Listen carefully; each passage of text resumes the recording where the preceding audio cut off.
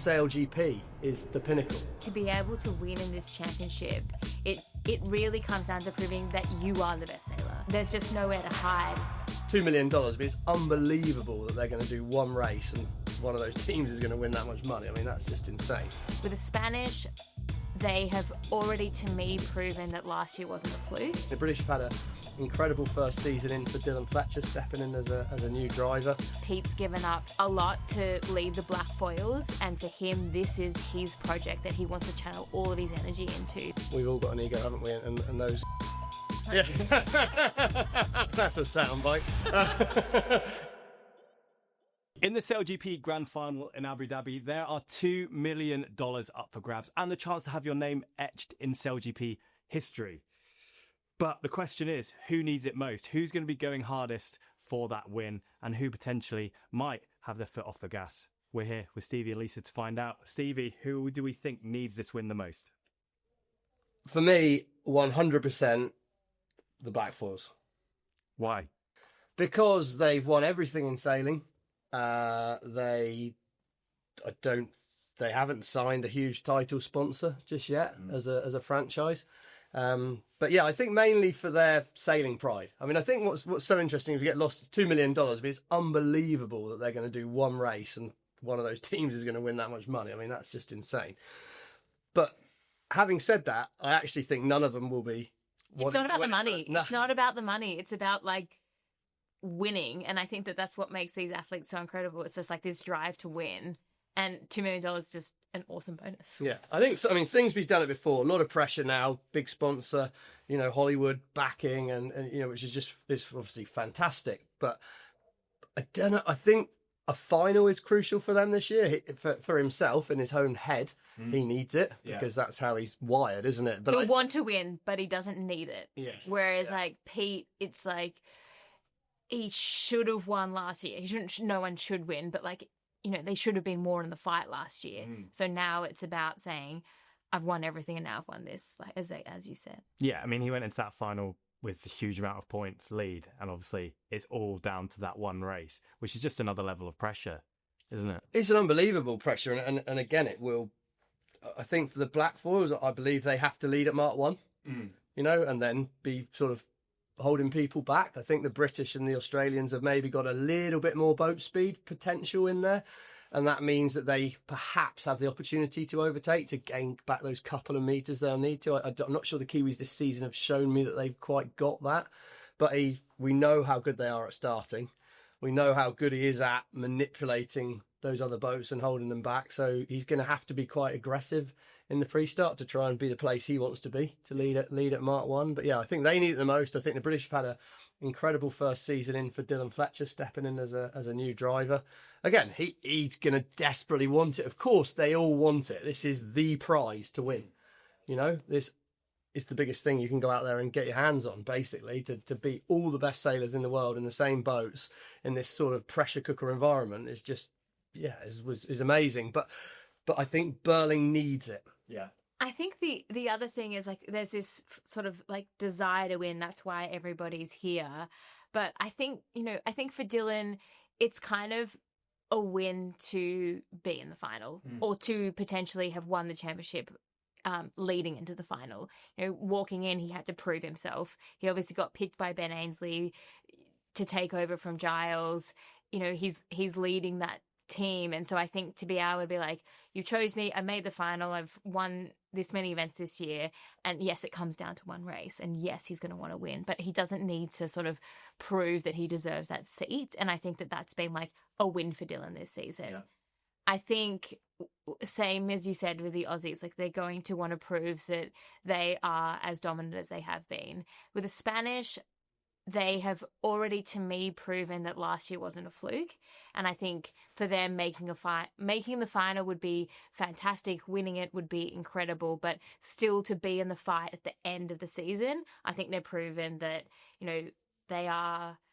They're the real deal, aren't they? Yeah, exactly. It wasn't just a one-off. And so I definitely agree with Stevie on this. I think for Pete, obviously, if they don't win, it doesn't mean that they're not amazing, incredible sailors, but for them, Pete's given up a lot to lead the black foils, and for him this is his project that he wants to channel all of his energy into. So this is the time where he wants to kind of prove to himself and the world that he's made the right decision. Yeah, and when does it become a monkey on your back as well? Yeah. Like you kind of want to get that off. We saw this year with the golf, Rory McIlroy going for the Grand Slam, and he'd won 3 majors. If you look at the pictures, he looked like a baby still, didn't he? And we're sort of 13, 14 years to finally win the Masters, and it's almost been weighing him down. Now, I'm not saying Pete and Blair are going to be going in 13 years' time desperately trying to win this thing, but if you don't win it, does it start to be, that's the thing they can't wwin? Yeah, they can't do that. We always mess up the final. We always make the final. So I think they'll want to get it off their back. I think they need it the most. They do need it the most. And I think as well, on top of that, there's such a short gap between this season and next season that you almost are going to be carrying that monkey on your back into the next thing. There's not as much chance to regroup, reset. We're just going straight back in next year. What impact does that have? I think for them, maybe not too much, because I think as Lisa alludes to, with Dylan and the team, actually winning, being at the top of the leaderboard at the end of the season, I think is the thing that really shows who the best team is, right? Because you've had to deliver in all the conditions and all the rest of it. Now, it's about winning the championship. It's about winning the grand final, of course, to take the title. But in terms of your ego. Yeah. We've all got an ego, haven't we? And those... Well, you got a big one. Yeah. Thanks very much. That's a soundbite. Just cut out Lisa's laugh. Sorry, I didn't mean to ruin the momentum. I think that I've completely lost my flow on that. No, ego. It's about the ego, the bragging rights. We've all got the ego, and we want to kind of put down that performance. And I think the championship's done that. Dylan Fletcher, that cemented him. Diego Bertin. They weren't a fluke last year. They deserve to be. They're in the talk when you talk of the big names in SailGP. This 4 that are left at the end of the season so far, they are the biggest names, and they've delivered again. So I think that the championship sort of is the thing that shows you whether or not you're good. And then, this is one race. Can you sort of deal with it when it really matters? Yeah, and talking on going straight into the following season is that the level's heating up. So it's not like you have these 4 boats that are well ahead of everybody else.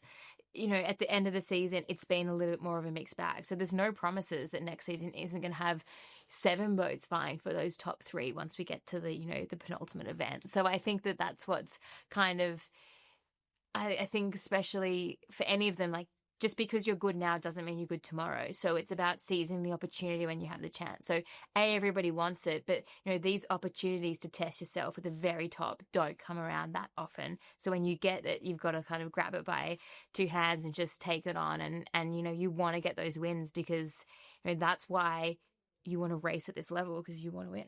And aside from the money, I know you mentioned that there's a nice bonus. What does winning actually mean for these teams? Is it job security? Is it potential sponsors like the Black Foils? Is it just the pride in being able to walk around that tech site and be like, we won last year? What's at stake here? I think as a team collective, they will have set yourself goals, don't you? And you set yourself things we want to get better at, what we want to improve at over the year. And it's a sense of, ultimately it's a sense of satisfaction in the process. Yeah. That, okay, we've gone on this journey together as a group, and we've managed to achieve these targets along the way, and then we've delivered when it really mattered under pressure, and that's been all of us. I mean, that's what it comes down to, isn't it? I mean, turn this into a philosophy podcast, but it's about kind of connections with people and experiences and shared journeys, and I think that's ultimately what it means. Yeah.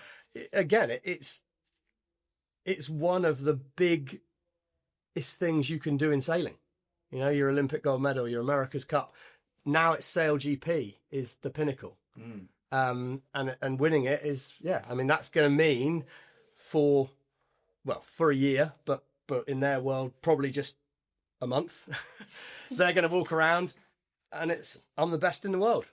Yeah, and I think that's the thing is with SailGP is all the boats are identical. Everyone has the same equipment. The data is shared. There's no hiding. So I think to be able to win in this championship, it really comes down to proving that you are the best sailor.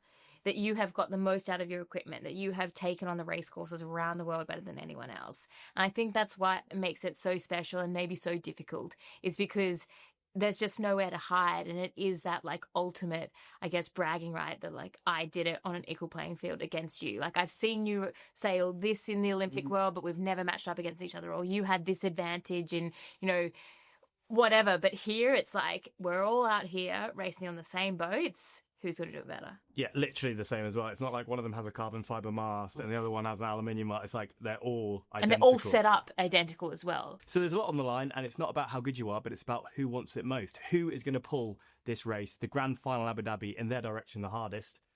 It's coming up very soon.